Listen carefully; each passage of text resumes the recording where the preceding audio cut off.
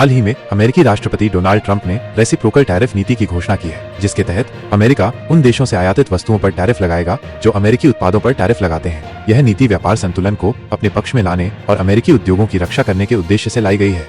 यहाँ कुछ प्रमुख देशों और उन पर लगाए गए अनुमानित टैरिफ की जानकारी दी गई है। ध्यान दें कि ये आंकड़े समय के साथ बदल सकते हैं और विभिन्न उत्पादों पर अलग अलग टैरिफ दरें लागू हो सकती हैं। चीन, अमेरिका ने चीन पर 34% टैरिफ लगाया है। पहले यह दर 104% तक बढ़ा दी गई थी। चीन ने भी इसके जवाब में अमेरिकी उत्पादों पर शुल्क बढ़ाया है।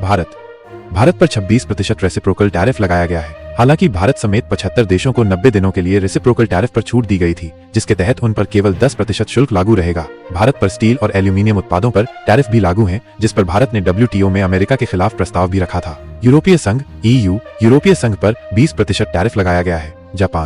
जापान पर 24% टैरिफ लगाया गया है। कंबोडिया पर सबसे अधिक 49% टैरिफ लगाया गया है। लाओस पर 48% टैरिफ लगाया गया है। मेडागास्कर पर 47% टैरिफ लगाया गया है। वियतनाम पर 46% टैरिफ लगाया गया है।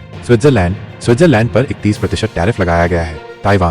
ताइवान पर 32% टैरिफ लगाया गया है। दक्षिण कोरिया पर 25% टैरिफ लगाया गया है। यूनाइटेड किंगडम पर 10% टैरिफ लगाया गया है।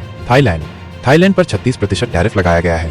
कनाडा और मेक्सिको, इन देशों पर अभी तक कोई विशिष्ट टैरिफ की घोषणा नहीं की गई है, लेकिन व्यापार समझौतों के आधार पर इन पर भी कुछ प्रतिबंध लागू हो सकते हैं। कुछ अन्य बातें, अमेरिका ने रूस से तेल, गैस और यूरेनियम खरीदने वाले देशों पर 500% टैरिफ लगाने की भी बात कही है, खासकर अगर रूस यूक्रेन के साथ शांति वार्ता से इनकार करता है। कुछ देशों जैसे Afghanistan, Myanmar, Chad, Congo, Equatorial Guinea, Eritrea, Haiti, Iran, Libya, Somalia, Sudan और यमन के नागरिकों के अमेरिका में प्रवेश पर भी कुछ प्रतिबंध लगाए गए हैं। ये भी ध्यान रखना महत्वपूर्ण है कि अमेरिका की टैरिफ नीतियां गतिशील हैं और व्यापारिक संबंधों, वैश्विक आर्थिक स्थितियों और राजनीतिक परिवर्तनों के आधार पर बदल सकती है। ये जानकारी हाल के घोषणाओं और रिपोर्टों पर आधारित है।